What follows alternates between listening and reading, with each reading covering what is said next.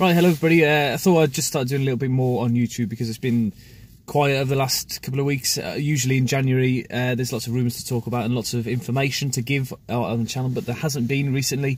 So the news that's come out today is that Wolves are trying to sign Jonny on a permanent deal. I think that's a good decision. I think he's been very good, a solid choice at left back this year, and also gives us that option at right back as well, being right-footed. Clearly highly thought of in Spain, having Atletico Madrid have just signed him as recently as the summer just gone, and I think most people thought that it was unlikely that we would make any sort of attempt to sign him. But that being said, I think it shows the ambition of the club and of Fosun to go out and try and sign him. I think that's a wise move for the club. Whether or not he does actually come and whether the price is reasonable, I think that there were rumours at the beginning of the season that it was going to be around about £30 million for him. Jimenez, of course, as well, that's a similar sort of fee. So if you imagine if we were to sign both of those players, that's an enormous outlay and possibly all of the money that we would be able to spend in the summer. Of course, with Dendoncker, the commitment to pay that money as well, it would take the spending already for next summer up to nearly £90 million, which is an awful lot of money. So I think Jonny is a very, very solid left back. With Vinagre as the second choice, I think we've got a very good cover in that position. It means that we don't have to go out and worry over signing somebody else in the summer like we saw with Zinchenko and that deal falling through last summer. So I'm pretty confident that if we were to sign Jonny, he would be a good addition to the squad. But anyway, the game tomorrow against West Ham, of course, comes a couple of days after Wolves' disappointing draw to Shrewsbury in the FA Cup.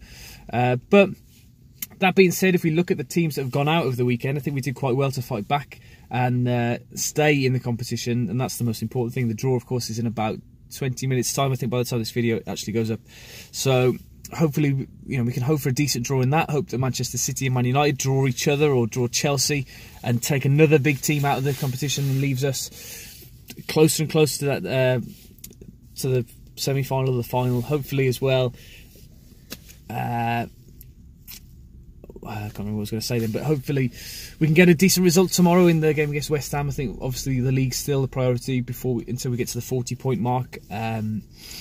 West Ham, of course, will have Marko Arnautovic back available for them, having decided to stay at West Ham rather than going to China. That was reported earlier on in the transfer window.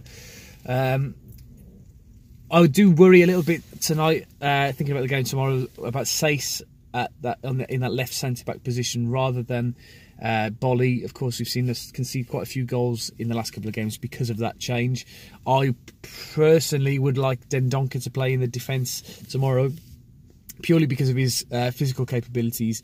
He's a bit more mobile than Sace, he's bigger than Sace, and I think with the threat that West Ham will provide in the air tomorrow with either Arnautovic or Carroll, and the pace, I think, of Chicharito, Hernandez on the floor, I think I would much rather have Dendoncker in that position and have Sace still in the team but playing in midfield. I think that might give us a little bit more stability in the back. Let me know what you think in the comments down below, and I'll see you tomorrow for a review of the game. Thank you very much for watching. Like, subscribe and everything else that's great. Goodbye.